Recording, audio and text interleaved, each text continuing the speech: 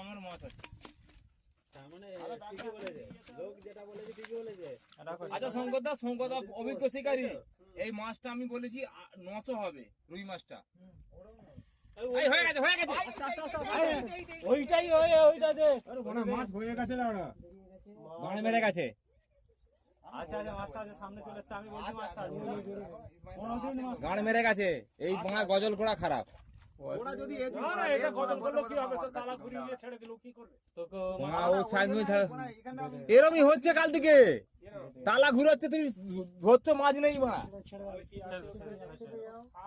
হ্যাঁ বেড়ে গেল তিন ঘন্টা কাল থেকে। হ্যাঁ ও ধরতে হবে, সিপ ধরতে হবে।